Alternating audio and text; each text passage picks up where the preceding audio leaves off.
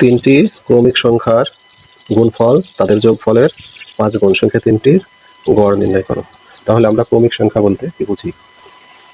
কোনো সংখ্যা এবং তার পার্শ্ববর্তী সংখ্যা পার্থক্য 1 হবে, অর্থাৎ সংখ্যাগুলো ক্রমিক হতে হলে একটি x হলে আরেকটি x প্লাস 1 হবে।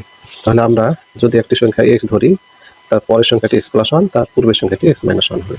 তাহলে সংখ্যা তিনটিকে আমরা যোগ করলাম, x minus 1 plus x minus 1 plus x আর x প্লাস 1 যোগ করে মাইনাস 1 প্লাস 1 কাটা গেল x 3x।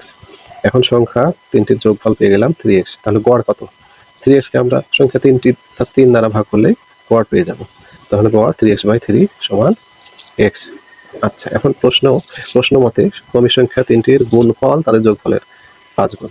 তাহলে সংখ্যা তিনটি x মাইনাস 1 x আর x প্লাস 1 গুণ করলে 3x এর 5 গুণ হবে, অর্থাৎ সমষ্টি বা যোগফলের 5 গুণ হবে।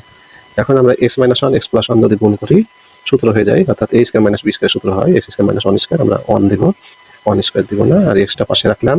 এখানে 3 5 15x, উভয় পক্ষের x বাদ দিলাম। তাহলে x স্কয়ার মাইনাস 1 সমান 15। তাহলে x স্কয়ার সমান কত হলো? 15 প্লাস 1 সমান 16।